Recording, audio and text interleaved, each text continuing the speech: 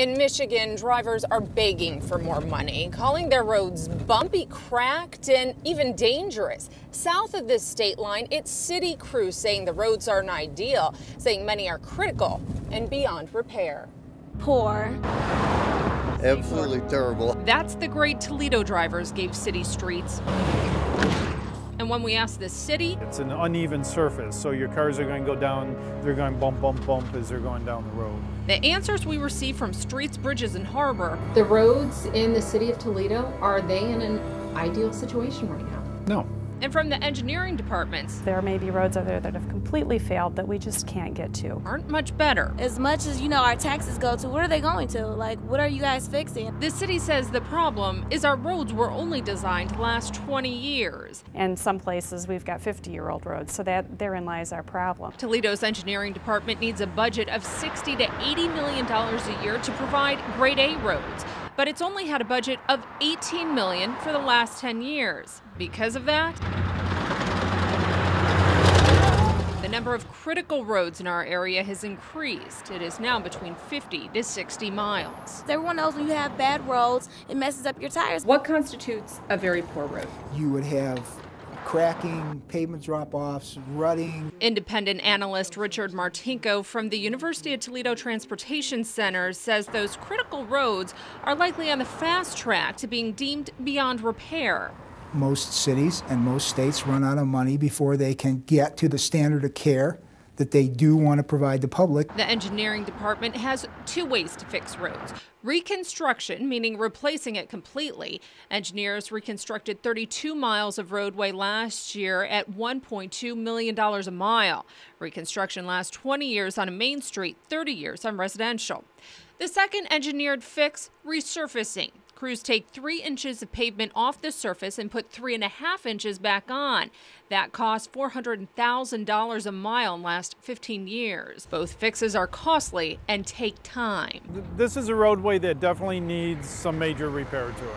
This stretch of Collingwood Avenue between Jefferson and 23rd has been on schedule to be resurfaced since 2008. This over here is the original pavement. This down here is some patchwork that's been done in the last couple years. It's bumpy. Well, I don't have a new car, so it's real bumpy for me. It's running on a roller coaster. You're dodging potholes and everything else. And because engineers need to apply and wait for state funding to fix roads like this stretch won't be repaired until 2012. 4 years is a pretty good time frame, unfortunately, for turnaround. And as main roads wait. We've been out there almost, in the past month or so, weekly, and before that was almost daily filling potholes. There's David Pratt. It could get bleaker before it gets better. Oh, sure. He oversees the quick fix as the commissioner of Streets, Bridges, and Harbor. For me, the problem is we haven't been catching up. His budget decreased in the last year by 10%, but he's still having to patch up potholes on critical stretches like Douglas between University Hills and Dorr. I just see a lot of potholes, cracks, everything. And Secor between Monroe and Central. And what does it do to your vehicles?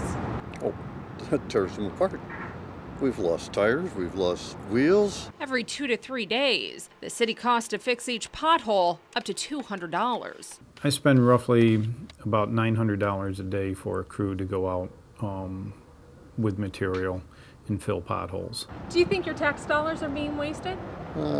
Pretty much. So now both streets and engineering departments are brainstorming solutions. For Pratt, it's a $300,000 crack sealing program this year for 300 miles of road.